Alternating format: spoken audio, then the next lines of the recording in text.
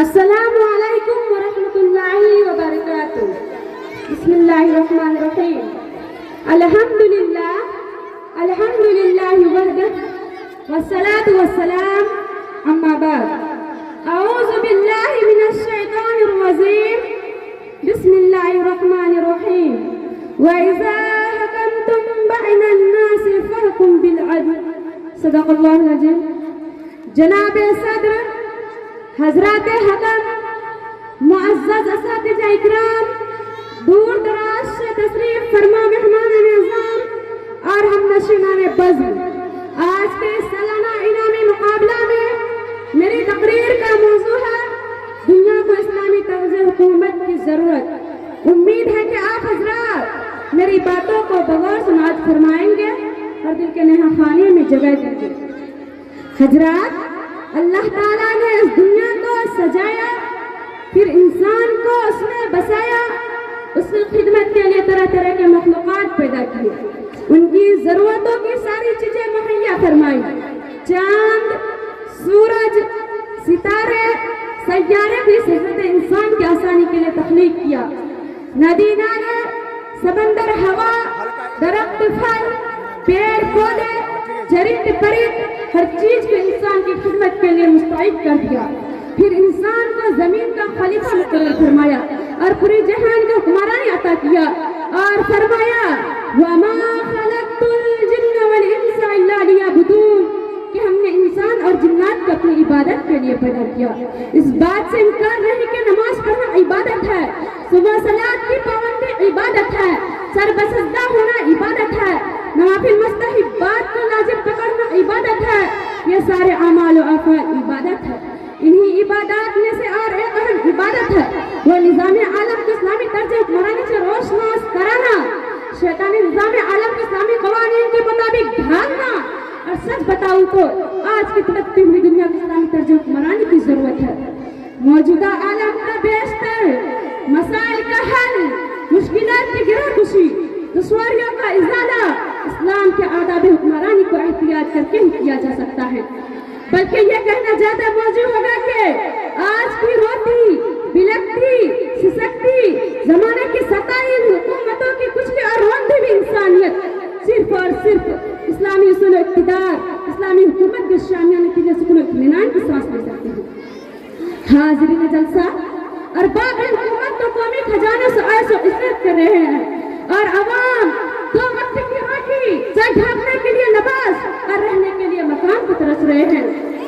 اصحاب اقتدار ملک کی دولت سے اپنی کوٹھیاں اور بلڈنگ تعمیر کر رہے ہیں اور وہاں کے باشندے کیونکہ جھوپڑیوں کی حسرت اپنی زندگی کاٹ رہے ہیں۔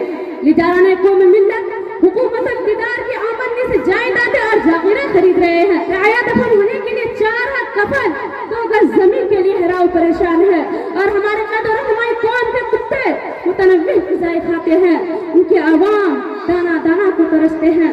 بقول شاعر، خوددار میرے شہر کے فاقوں سے مر گیا، خوددار میرے شہر کے فاقوں سے مر گیا، راشن جو آ رہا تھا افسر کے گھر گیا، چڑھتی رہی مزار پر چادر بے شمار، باہر جو ایک فقیر تھا سردی سے مر گیا، روٹی امیر شہر کے کتوں نے چھین لی، فاقہ غریب شہر کے بچوں میں بٹ گیا، چہرہ بتا رہا تھا کہ مارا ہے بھوک نے، چہرہ بتا رہا تھا کہ مارا ہے بھوک نے، حاکم نے کہہ دیا کچھ کھا کے مر گیا، حاکم نے کہہ دیا کچھ کھا کے مر گیا۔ حاضرین جلسہ، یہ سنگین صورتحال کیوں پیش ہوئی؟ جواب بالکل واضح ہے۔ سربراہوں، حکمرانوں، نیتاؤں اور لیڈروں میں غرور و نخوت، عجب و ناز، جو غیر نمائش، احساس برتری، آرام طلبی اور عیش پروری کوٹ کوٹ کر بھری ہوئی ہے۔ اصول اقتدار ان کا مقصد خدمت و خلق نہیں بلکہ اصول و دولت و شہرت، عزت و عظمت ہے۔ اسی لیے کرسی اقتدار پر براجمان ہونے کے بعد نہ انہیں ملک کی فکر ہے، نہ قوم کی فکر ہے، نہ رعایا کا خیال ہے، اور ہماری یہ بھلی بھلی عوام ان کی کرتوت کو نظر انداز کرتی ہے، ان کے کارنامے اور برے رویے میں مصلحت ڈھونڈتی ہے۔ اتنی مصلحت اور بزدلی کہاں سے آئی ہے؟ بدنظری کی حقیقت کیا ہے؟ حقیقت کو ہم کیوں نہیں دیکھنا چاہتے ہیں؟ نہ حقیقت کو دیکھنا چاہتے ہیں، نہ حقیقت کو سننا چاہتے ہیں، آخر ایسا کیوں؟ حضرات کفر کی روب و دبدبہ اتنا تو غالب نہیں آیا کہ ہم حق کو نہ چھوڑ دیں، ظالم اتنا تو طاقتور نہیں کہ ہم مظلوم بن کر مر جائیں، باطل حکومت اتنی زور تو نہیں کہ ہم حق اور انصاف کی طرح سے گرنے دیں اور ظلم سہتے رہے۔ ہم کس کے منتظر ہیں؟ کیوں اپنی تقدیر کو بدلنا نہیں چاہتے؟ کیوں کفر ظلم اور باطل حکومت کو للکارنا پسند نہیں کرتے؟ کیوں پتھر بنے ہوئے ہیں؟ ایسے ہی زب و حال اور بے کس عوام کو دیکھتے ہوئے شاعر نے کہا شاید کوئی تراش کے قسمت سوار دے، شاید کوئی تراش کے قسمت سوار دے، اسی سوچ میں ہم عمر بھر پتھر بنے رہے۔ امت کے دھڑکتے دلوں، میرے مسلمان بھائیوں، اپنے عقل کی پٹی کھول کر سنو، خدا جبار کا ارشاد ہے، الہی قہار کا فرمان ہے، وَإِذَا حَكَمْتُمْ بَيْنَ النَّاسِ فَاحْكُمُوا بِالْعَدْلِ، کہ جب تم لوگوں کے درمیان فیصلہ کرو تو حق عدل کے ساتھ فیصلہ کرو۔ یہ ایک اعلان ہے اور سبق ہے حکمرانوں کو، نیتاؤں کو کہ حق کے ساتھ اپنی اقتدار سنبھالو، عدالت قائم کرو۔ حاضرین کرام، آج اگر ہم اپنی زندگی کا حقیقت پسندانہ جائزہ لیں اور دل پر ہاتھ رکھ کر سوچیں تو ہمیں معلوم ہوگا کہ ہم روح اسلامی حقیقت نظام الہی کی ساحل بھرپور مدھار میں کرتے ہیں۔ ہمارے گھروں خاندانوں میں نہیں بلکہ مسلم جماعتوں، تنظیموں، مکاتب فکری اداروں، سرکاری آفیسر دفاتروں، پرائیویٹ حلقوں میں کرپٹ نظام رواں دواں ہے۔ اس کا اصل ذمہ دار کون ہے؟ یہ کرپٹ نظام کون چلا رہا ہے؟ در حقیقت یہ کرپٹ نظام اسی کے ہاتھ میں ہے جس کو ہم نے حکومت اقتدار سونپا ہے۔ یہ ہماری غلطی ہے کہ ہم نے گناہ و تعصب کو چادر چاک نہیں کیا، ایک مظلوم مخور بن کر گزارا کر لینے پہ اکتفا کیا۔ یاد رکھو مسلمانوں، اگر آپ بھی نہ جاگے تو، اگر آپ بھی ستم گروں سے نباردازاں نہیں ہوئے تو تمہارے مقدر میں غلامی رہ جائے گی۔ تم فیصلہ کرنے کا اہل نہیں ہوں گے بلکہ تمہارا فیصلہ کیا جائے گا۔ حکومت و اقتدار، امامت و عمارت، ظالم و جابر، قوم کے سوداگر، ملت کے ذلیل، بے غیرت، بے مروت، بے دین کے پاس کر رہے گی اور وہ تمہارا حاکم بنا پڑے گا۔ وہ جدھر چاہے گا ہمیں اپنا غلام بنا کر لے جائے گا۔ ہم ایک مظلوم مخور غلام کی طرح کے بتا ہی رہا کرتے رہیں گے۔ ہم سے ہماری مسجدیں چھین لی جائیں گی، ہمارے مدرسوں کو ویران کر دیا جائے گا، نہ حق ہماری زمین و جائیداد غصب کر لیا جائے گا۔ دانے دانے کو ہم ترس جائیں گے، اسلامی شعار اور مسلمانوں پر پابندیاں عائد کر دی جائے گی، ہمارے اوپر طرح طرح کے مسئلے اٹھانے کے لیے کوشش ہوگی۔ حضرات، آج جب ہاتھ اٹھتا ہے تو دعا ہوتی ہے اے اللہ محمد بن قاسم کو بھیج دے، اے اللہ صلاح الدین ایوبی کو بھیج دے، اے اللہ مہدی کو بھیج دے۔